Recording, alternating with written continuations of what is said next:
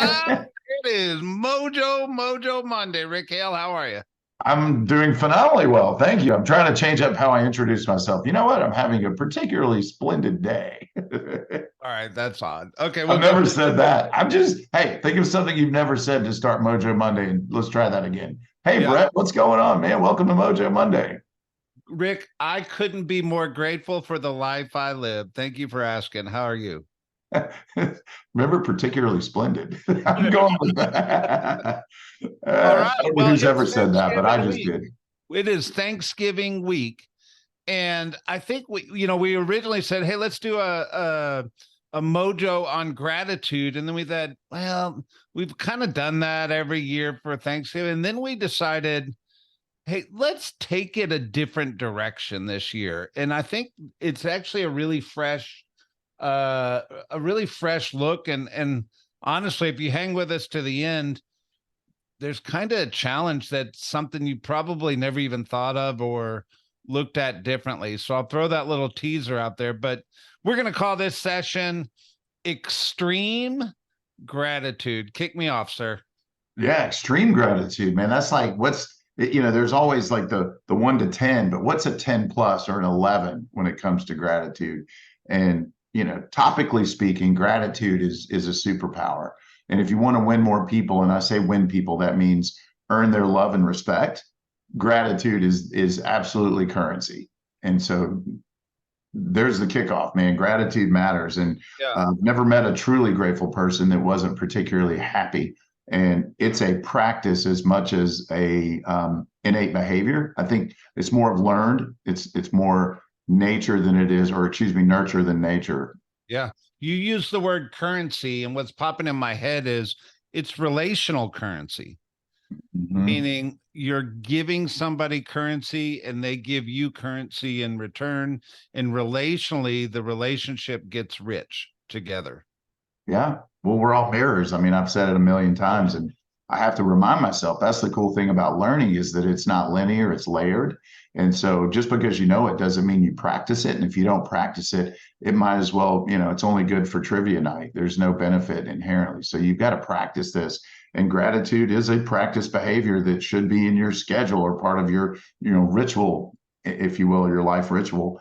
And the byproduct, the catch is back to the relational currency. If it's transactional, people feel it, and transactional gratitude really is superficial, and people know it and they feel it. You know it.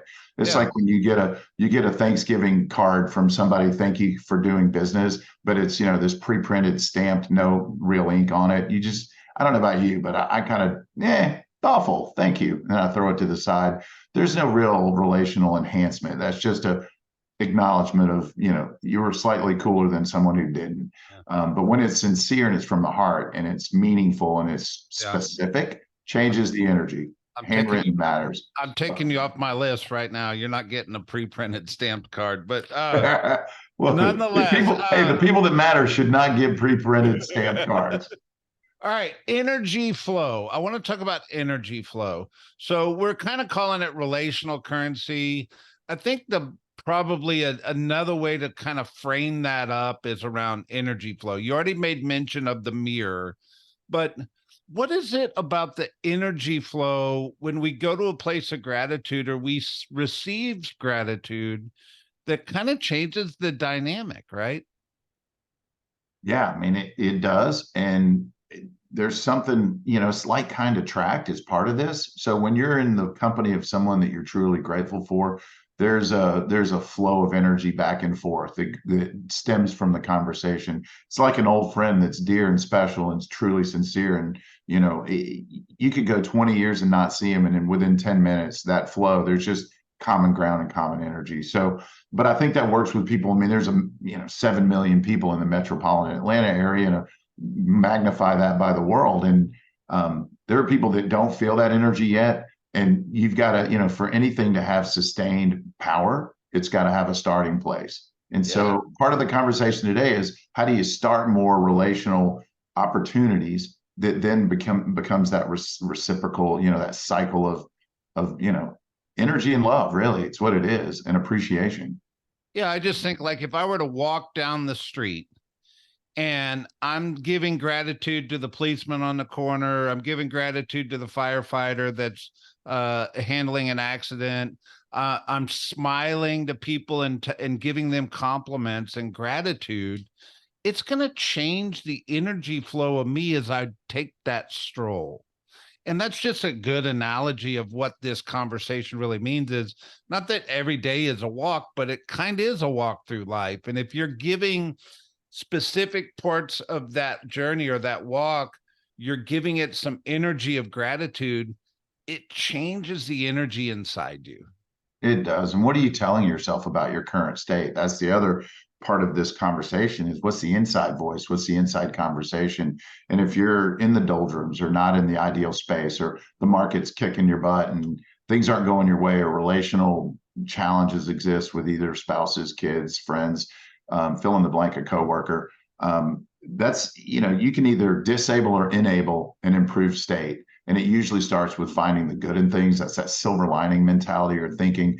And, the only way to pull yourself out of a state of despair is to find a state of repair. And what does repair look like? And how does, leveling up one notch, because that one notch is the momentum that leads to a second notch. And it sounds, try not to sound too sophomoric and simple, but it's not that complicated. You're having a bad day, you give 3 sincere compliments to someone face to face or by phone or voice. It's impossible to feel worse about things, and it's impossible not to feel better. So 100%. We talked about the going down the corridor of gratitude. The corridor is probably another way to say what we're talking about here is like you have to take a journey, you have to be purposeful. And I don't think this is just naturally what people naturally think about. I think you actually have to put your head and your heart in a place of, hey, I'm going to give the world some gratitude today. And by doing so, a byproduct will be that I receive energy. I receive, it changes the physiology of who I am. But taking that walk down the corridor, it requires a little bit of purposeful thought, purposeful energy from you. yeah, it does. And you bring up the corridor, which is kind of neat because life is kind of like you're standing in a big foyer and there's 100 doors or pick the number of doors or opportunities for you to exercise whatever experience you want for in a given day. And interesting about the corridor concept is I had a coaching call this week, Brett. And on my coaching call, she went down this path of gratitude, which sort of sparked a little bit of what we're talking about today. And my initial blush thought was, man, I get gratitude. I get it, man. I love people and I love sharing positive feedback. And she flipped the script on me. And the only reason that script was available in that conversation is she opened the gratitude door and we started walking down that hallway, if you will. And as soon as you choose that a door, all of a sudden there's opportunities that didn't exist before you opened up that conversation or opened up a relationship or reopened a relationship. And so in this example, she said, how do you accept compliments? How do you accept gratitude? And I had to stop and think, I'm like, well, my automated response is usually, wow, that was really thoughtful. Thank you for sharing. And I appreciate the kind words. And then this is an interesting thing I find myself doing too. And the only reason I picked up on it is she kept pushing me. This didn't happen in the first sentence, by the way. It took a few probing questions. I said, I tend to try to play the humility card, and I don't want to be that guy that's like, oh, well, I'm the man, blah, blah, blah, blah, blah. I'm so whatever. And I don't like to read my own press clippings and assume that it's universal and that I'm really, better than I am. And I think that's a noble trait, to be humble. But she flipped the script on me hard, Brett. She said, well, you do know when someone pays you a sincere compliment and you minimize it or mitigate or try to offset that, oh, wow, that was nothing, or, heck, anyone would have done that. She goes, you just took their gift and you made it less valuable. And you literally eliminated some of the joy of giving. And I had to pause. And I'm like, God, Pull the that's steak out of the heart there. I was like, dang, that's a spin. And she says, it's like somebody gives you a gift for Christmas. You open it, you go, oh, that's nice. It's no different with words. And I'm like, dang, all right. So I'm going to reframe my energy and I'm not going to I guess, excuse whatever they saw as greatness or thoughtfulness Well, or so kindness. if I were to say, Rick, you're an incredible businessman, and I really appreciate all the mentorship you've given me over the years. It's really made a difference in my life. How would you respond to that? Well, before or after, Now, I'm giving it right? to Right now, I would say, man, that's incredible. And I'm so grateful that I had the ability to make a difference and be there for you. And man, I'm blessed to be that guy, man. Thank you for choosing me for the role that helped, create that feeling. you. Okay. How And would you before, have done it? before I might have said, man, that's awesome. It's just what we do, man. I mean, I care about you. You're a good friend. And, I might have just sort of short sold that Yeah. gift of acknowledgement. And so today we want What's to push. crazy is I can feel the difference in your energy in the two responses. Yeah. Yeah, it's hard to hide behind, words are just one dimension of communication, right? Word Yeah. choice is important. There's no way around it. But the energy behind the words is what matters most. Yeah. Remember, they say people don't care what you say, they care how they feel after you've said it, which is the impact. It's a different level of it's an energy thing. You nailed it. All right, let's take this to the spot the part I teased at the beginning. Your coach kind of pushed on you this week and we were talking through it, and the question is it's really hard to give gratitude if you don't love yourself, right? What is get put frame that up for us. Well, some of this conversation is that, so you might argue that one reason that people don't accept compliments well is they don't actually believe the compliment. So there's a piece of it that might be a subconscious derailer or disconnector so that you don't connect the dots internally. And so she challenged me in a way. She said, in this, my words were, you can't give away what you don't have, which means the more you love yourself, the more you have capacity to love others. And that's not an ego play. In fact, it's the opposite of ego.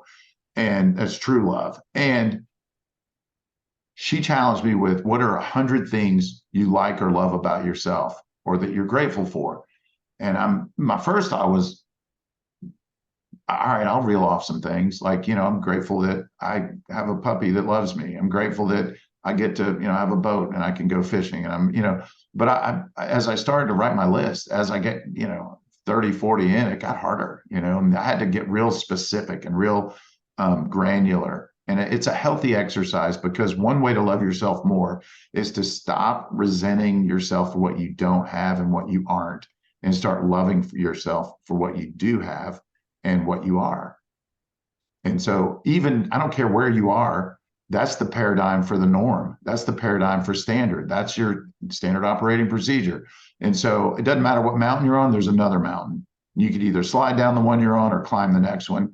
And so, it's a real healthy thing. And that's one of the challenges we want to pose today is list 100 things you appreciate about yourself, so that you have capacity to love yourself more, so that you have more capacity to give it back or give it away. It's like a regift, if you will. I'm just gonna say 100 seems like a lot. Give it a shot, man. Yeah. Give it a shot. See how granular. See again, truly grateful people tend to be happier. So why not play this out and take 30 minutes or an hour of your day, plan it, put it in your day planner, and play the gratitude game. This is the perfect time of year. Yeah. Perfect time. And Uh it's a difficult season for some people, but guess what? I don't care what season you're in, it's a difficult season for somebody. And it yeah, might be you might just rotate what you consider difficult or challenging. there you go. So the other thing is find 100 people in your life and now reciprocate that energy with sincere, heartfelt, personal gratitude. Yeah. And at first I thought, man, I'm just going to write 100 thank you notes. And I think that's a brilliant thing to do. And, not pre-printed, blank cardstock, specific, reflecting on what I truly love about them and what I appreciate in the relationship. And then it occurred to me, like, take the top, the 80-20 rule, that what 20 of those or people are so important that you should tailor that gratitude even more specific. What's their love language, whether it's gifts, quality time, show up unexpectedly and really light up their day. What is their trigger that, man, undeniable exchange of love, because again, you don't do it because of reciprocity, but it's the byproduct. It's the There you gift go. that keeps giving, baby. So you're giving me a challenge. You're giving the world a challenge. You're accepting the challenge. Let's go. Let's go. I'm in, man. So next week we're going to talk about this. We're going to reflect on exactly how it went. Okay. All right, there it is. Accountability is a beautiful thing.